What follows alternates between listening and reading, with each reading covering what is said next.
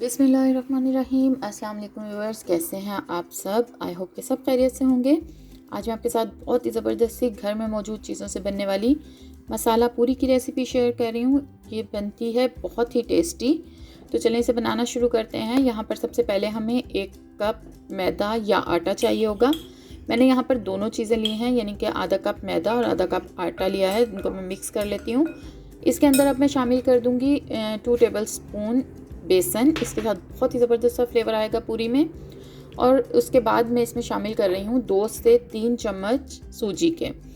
इसके साथ क्या होगा कि जो पूरी है हमारी वो क्रिस्पी बनेगी। इन तीनों चीज़ों को अच्छी तरह से पहले मिक्स कर लेंगे हम, और उसके बाद हम इसमें मसाले शामिल करना शुरू करते हैं। मसालों में सबसे पहले मैं यहाँ पर हस्बे ज़ायका नमक शामिल कर रही हूँ।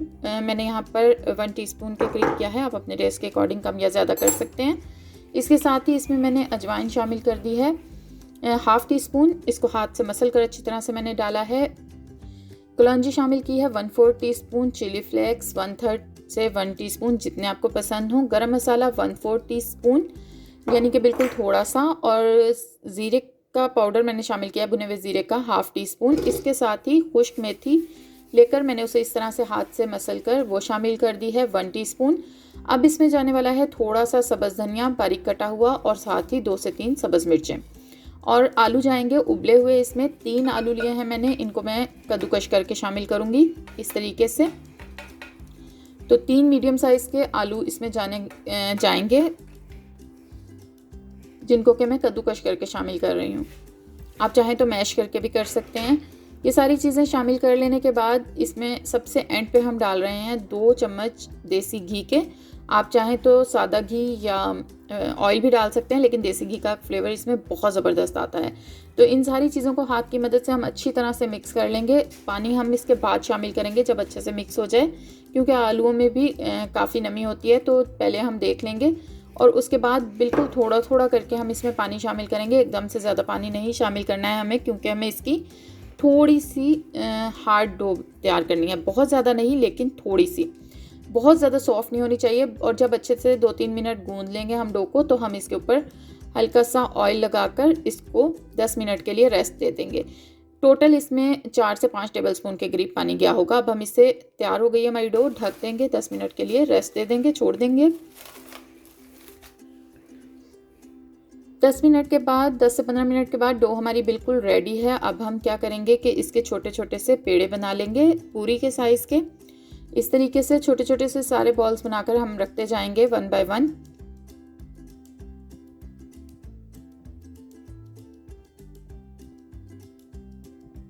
सारे बॉल्स हमारे पास यहाँ पर तैयार हो गए हैं, आप देख सकते हैं। और इसके बाद हम 1 बाय 1 इन्हें बेलना शुरू करेंगे। तो हम इसे बारीक सा बेलेंगे, बिल्कुल पूरी की तरह से। लेकिन सादा पूरी को तो हम बहुत बारीक कर देते हैं, ये उतनी बारीक होगी नहीं क्योंकि इसमें मसाले भी हैं। लेकिन जितनी अच्छी सी ये बारीक हो सके उतना हम इसे बेल लेंगे।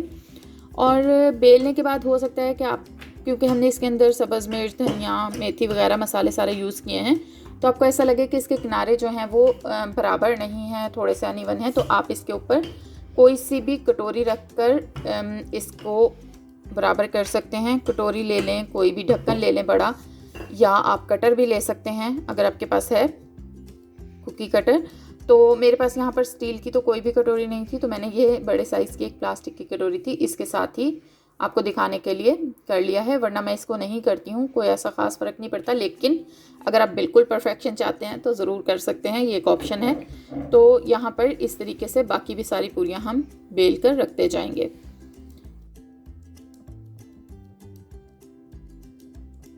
ऑयल हमने गर्म होने के लिए रख दिया हुआ है, तब तक हम पूरियाँ बेल लेंगे। जितनी हमारी बेली जाएंगी इतने टाइम में। ऑयल हमें फुल गर्म चाहिए, अच्छा सा गर्म ऑयल होगा तो पूरी अच्छी तली जाएगी, सॉफ्ट रहेगी। अगर आप ठंडे ऑयल में डाल देंगे तो पूरी जो है वो अकड़ सी जाती है, सख्त हो जाती है। तो यहाँ पर मैंने चेक कर लिया है, ऑयल फुल गर्म है। तो जल्दी से हम इसमें अपनी पूरी डालेंगे और इस तरह से हल्के हल्के से चम्मच की मदद से इसको प्रेस करते जाएंगे नीचे की तरफ को। और जो ऑयल जो है वो चम्मच में आएगा उसको हम पूरी के ऊपर डालते जाएंगे। बहुत ही ज़बरदस्त सी हमारी पूरी जो है वो इस तरह से आहिस्ता आहिस्ता से फूलती जाएगी। और ये आप देख सकते हैं माशाल्लाह से कितनी अच्छी सी पूरी जो है वो फूल गई है और बहुत ज़बरदस्त सी तैयार हो गई है हमारी पूरी। दोनों साइड पे 15 से 20 सेकंड हमें लगेंगे अगर ऑयल अच्छा सा गर्म होगा एक साइड और 15 से 20 सेकंड दूसरी साइड, और बस पूरी तैयार होगी। झटपट से पूरियाँ तैयार हो जाती हैं हमारी। यहाँ पर हल्का सा ब्राउन कलर हमने इसको देना है, थोड़ा सा डार्क भी आप दे सकते हैं। अगर थोड़ा सा डार्क देंगे तो ये थोड़ी सी क्रिस्पी, अच्छी सी क्रिस्पी बनेगी। तो कलर आप अपनी मर्ज़ी से दे सकते हैं इसको। इसी तरह से सारी पूरियाँ हम फ्राई करते जाएंगे। पूरी को फ्राई करना सबसे ज़्यादा मज़े का काम होता है। झटपट से डालें और इस तरह से फूलती है पूरी, और फिर हम इसे पलट कर निकाल लेते हैं। सबसे ज़्यादा मज़े का काम इस पूरे प्रोसेस में यही लगता है। तो बस इस तरह से सारी पूरियों को हम फ्राई कर लेंगे। बहुत ही ज़बरदस्त सी, ऊपर से क्रिस्पी और अंदर से सॉफ्ट बिल्कुल हमारी पूरियाँ ये तैयार हो जाएंगी। सारी पूरियों को तैयार कर लेने के बाद आप इसे अचार, दाल या किसी भी इस तरह की कुछ एक चीज़ के साथ सर्व कर सकते हैं, और सादा खाने में भी ये बहुत ही ज़बरदस्त लगती हैं। आपको इसके साथ किसी भी चीज़ की ज़रूरत नहीं, सादा चाय से भी आप खाएं तो बहुत मज़ा आता है। बच्चों के लंच बॉक्स में भी बेस्ट रहती हैं ये। और ये देखें, मैंने आपको तोड़ कर भी दिखाया है, बिल्कुल सॉफ्ट है ये, और ऊपर वाली जो इसकी लेयर है वो पराठे की तरह से काफ़ी क्रिस्पी है अंदर से, ये देख सकते हैं